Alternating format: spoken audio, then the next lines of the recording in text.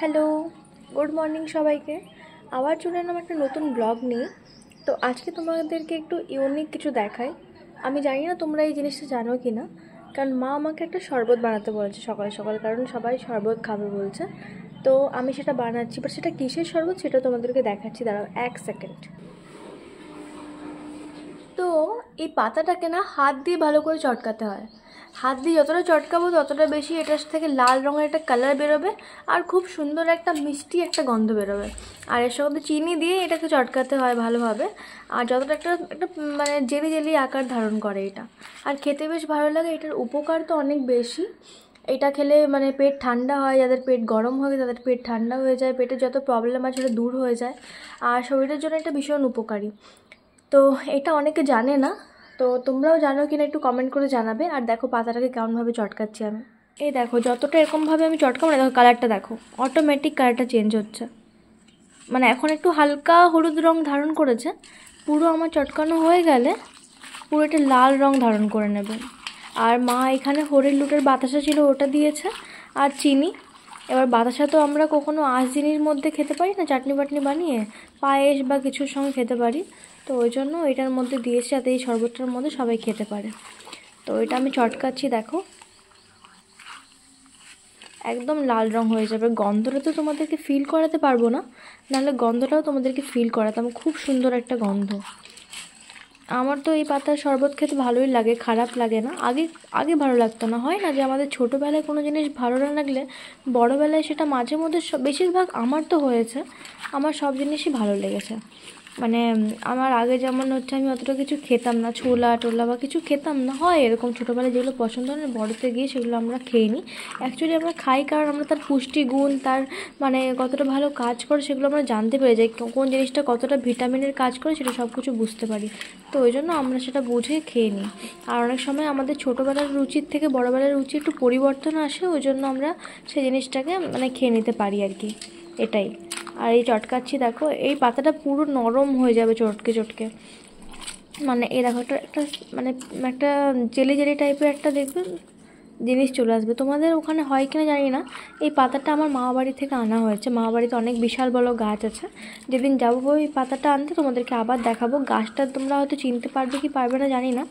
Normal কাঁঠাল পাতার থেকে একটু বড় বড় পাতা হয়, বাট কাঁঠাল পাতাটা যেমন একটু মোটা হয়, এটা অতটা মোটা হয় না, এটা একটু পাতলা হয়, কিন্তু খুব সুন্দর একটা স্মেল বেরোয় পাতাটা ছিঁড়লে। তো শরবতটা খুবই সুন্দর লাগে। তো ওই জন্য বানাচ্ছি এখন, দেখি কখন শরবতটা রেডি হয়। অনেক টাইম লাগে, এটা চটকে চটকে পুরো লাল রং বের করে দিতে হয়।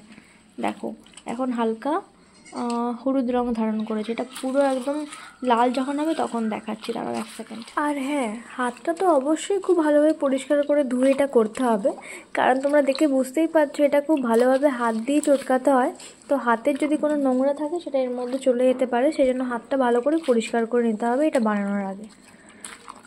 আর অনেক টাইমটা লাগে, তোমাদেরকে তো বললামই। দেখি এটা কতক্ষণে আমার রেড রং ধারণ করে। ও লাল রং ধারণ হয়ে গেছে হালকা। তো আর আমি বেশিক্ষণ এটাকে চটকাতে পারছি না, আমার হাতটা ব্যথা হয়ে গেল। তো এবার রেডি হয়ে গেছে, এবার গ্লাসে নিয়ে নিচ্ছি। রেডি করে নিয়েছি। আর মা যখন এই শরবতটা মানে পুরো লাল হয়ে যায়, কারণ এটা খুব বেশি করে পাতাগুলোকে পুরো চটকাতে হয়। তো আমি অনেকক্ষণ চটকেছি, আমার আর ভালো লাগছে না, তো আমি এরকমভাবে এটাকে নামিয়ে নিচ্ছি। এটা খেতে টেস্ট সেমই থাকে, বাট ওটা করলে লাল রঙটা একটু বেশি হয়, আরও বেশি টেস্ট হয় ওটা। তো মার হাতের জিনিস তো মাই পারবে না ভালোভাবে, মার হাতের মতো কেউ করতে পারবে? সেটা নিয়ে আজকেও প্রুফ হলো, আর কি বলবো বলো। তো আমি আমার জন্য গ্লাসের মধ্যে প্রথমে নিয়ে নিচ্ছি।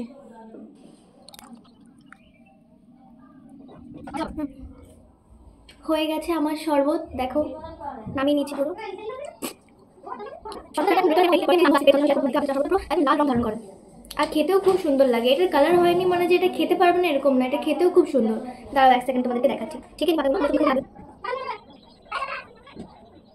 রেডি আমার শরবত। তো আজকে সকালটা আমি এই শরবতটাকে কাটালাম, এর নাম হচ্ছে পিপিলাস পাতা। তারপর রেডি হয়ে সকাল সকাল বেরিয়ে পড়লাম অফিস যাওয়ার জন্য। বাট রাস্তায় যাওয়ার সময় দেখি এত বড় একটা চন্দ্রবড়া সাপকে সবাই মিলে মারছে, কারণ কারো বাড়িতে হয়তো ঢুকে গেছিলো, দিয়ে রাস্তা পর্যন্ত চলেছে। দেখো কত বড় ফোন আর কত মোটা সাপটা, সবাই মিলে এই সাপটাকে মারছে, আর এত বড় সাপটাকে। সকাল সকাল একটা সাপের দৃশ্য দেখলাম। তো যাই হোক আমি বাস স্ট্যান্ডে পৌঁছে গেলাম, তো আমার বাসটাও চলে এলো। বাসটা ফাইনালি চলে এলো, স্টেটটা পেলাম বলে আজকে তাড়াতাড়ি অফিস যেতে পারলাম, নাহলে আজকেও আমার লেট হয়ে যেত। এত ভিড়ের মধ্যে ফাইনালি আমি সিটটা পেলাম, কারণ আমার তো বাসে দাঁড়িয়েই অফিস আসা হয়ে যায়, কারণ এতটা ভিড় থাকে অফিস আসার টাইমটাতে বাসটাতে। তো যাই হোক অফিসটাও ঠিকঠাকভাবে পৌঁছে গেলাম, তারপরে কিছুক্ষণ কাজ করলাম, আর কাজ করার পরে হয়ে গেল আমার লাঞ্চ টাইমে। লাঞ্চে দেখতেই পাচ্ছ কত কিছু এনেছি আমি, মাছ ছিল, আরও আদার্স অনেক কিছু তরকারি ছিল, ভাত ছিল, সব টোটাল মিলিয়ে বেশ ভালোভাবেই খেলাম। আর আজকে সকাল থেকে দিনটা তো আমার বেশ ভালোভাবেই কাটলো। তোমাদের কেমন কাটলো আজকের দিনটা একটু জানাও কমেন্ট করে। টাটা সবাইকে, ভালো থেকো সবাই।